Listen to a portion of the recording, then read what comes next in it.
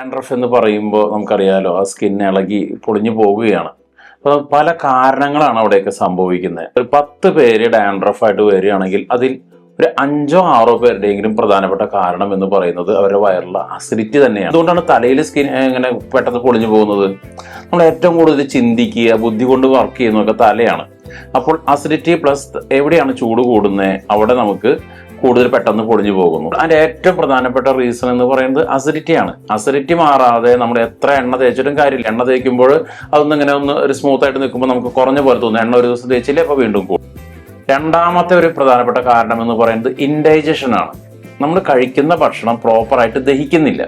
ഇത്തരക്കാർക്ക് ഡാൻഡ്രഫ് വരുന്നുണ്ടെങ്കിൽ അവിടെ നമ്മൾ ശരിയാക്കേണ്ടത് അവരുടെ ദഹന വ്യവസ്ഥയാണ്. അപ്പോൾ ആദ്യത്തെ കേസിൽ അസിഡിറ്റി ആണെങ്കിൽ ഇവർക്ക് ഭക്ഷണം കഴിക്കുന്നതിന് മുമ്പാണ് ഗ്യാസ് ഉണ്ടാവുക. ദഹനക്കേടാണെങ്കിൽ ഭക്ഷണം കഴിച്ചു കഴിഞ്ഞാലാണ് ഗ്യാസ് ഉണ്ടാവുക. അപ്പോൾ ഇതാണ് 2 പ്രധാനപ്പെട്ട കാരണങ്ങൾ എന്ന് പറയുന്നത്. ഡാൻഡ്രഫിന് ഒരു എണ്ണ പറയാനുണ്ടോ എന്നൊക്കെ ചോദിച്ചു കഴിഞ്ഞു കഴിഞ്ഞാൽ തലയിൽ എണ്ണകൾ ഉപയോഗിക്കാം. അതേ ഈ അസിഡിറ്റി ഉള്ളവരിൽ എണ്ണ ഉപയോഗിച്ച് പെട്ടെന്ന് കുറയും. അതേസമയം ഇൻഡൈജഷൻ കൊണ്ട് ഡാൻഡ്രഫ് ഉണ്ടാകുന്നവരിൽ എണ്ണ ഉപയോഗിക്കുന്നത് ഡാൻഡ്രഫിന്റെ അമിത വർധനവിന് കാരണമാകും.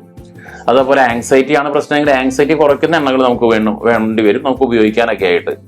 അതുപോലെ ബാക്ടീരിയൽ ഒരു ഫംഗൽ ഇൻഫെക്ഷൻ കൊണ്ടാണെങ്കിൽ ഒരു എണ്ണയും ഷാമ്പു അല്ല, ഈ ഇങ്ങനത്തെ ഫംഗസിനെ ഇല്ലാതാക്കുന്ന മരുന്നുകൾ കൊണ്ട് തല കഴുകുന്നതാണ് ഇതിലൊക്കെ നല്ലത്. ഇത്രയും ശ്രദ്ധിക്കണം. നമുക്ക് ഒറ്റമൂലി എന്ന് പറയാൻ നമുക്ക് ഒന്നും പറയാൻ പറ്റില്ല. എന്ന് വെച്ചാൽ കാരണങ്ങൾ വ്യത്യാസം. അപ്പോൾ ഇത്തരത്തില് കാരണത്തെ അറിഞ്ഞുകൊണ്ട് ചികിത്സിച്ചാൽ ഡാൻഡ്രഫിനെ നമുക്ക് വളരെ ഈസി ആയിട്ട് മാനേജ് ചെയ്യാവുന്നതാണ്.